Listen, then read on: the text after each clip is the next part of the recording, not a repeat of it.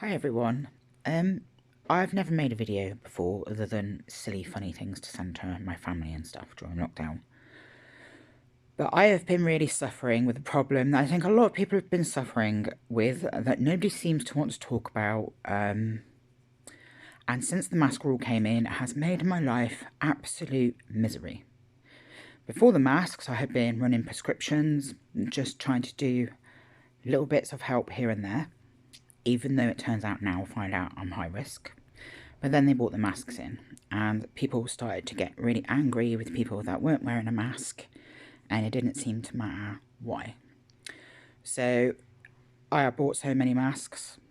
Yeah, I have been for 2 months now trying to wear them. I've been tying myself up in knots. I have PTSD from 3 very different, very traumatic incidents when I was younger.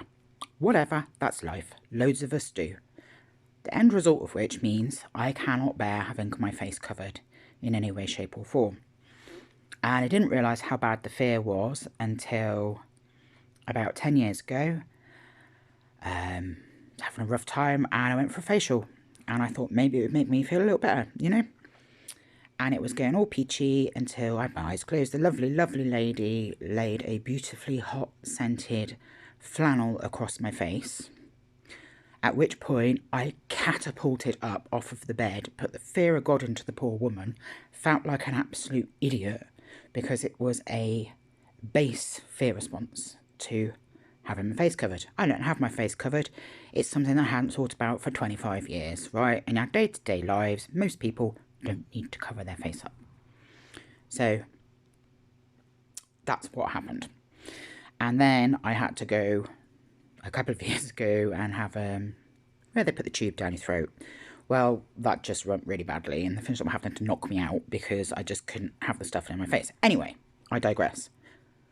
I was told by a GP today that PTSD is not a good enough reason for me not to wear a mask, and it's not about me, and that it's about protecting other people. There's a certain irony because I haven't left my house bar to go in the middle of nowhere for 8 weeks.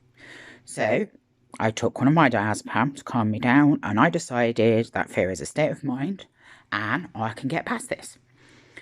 And I don't know if anybody else will find this helpful.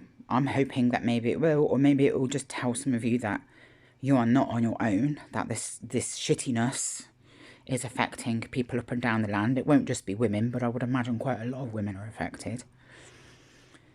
For this array of, I've got visors, I've got masks, I've got scarves, I actually managed to pinpoint my fear response point today.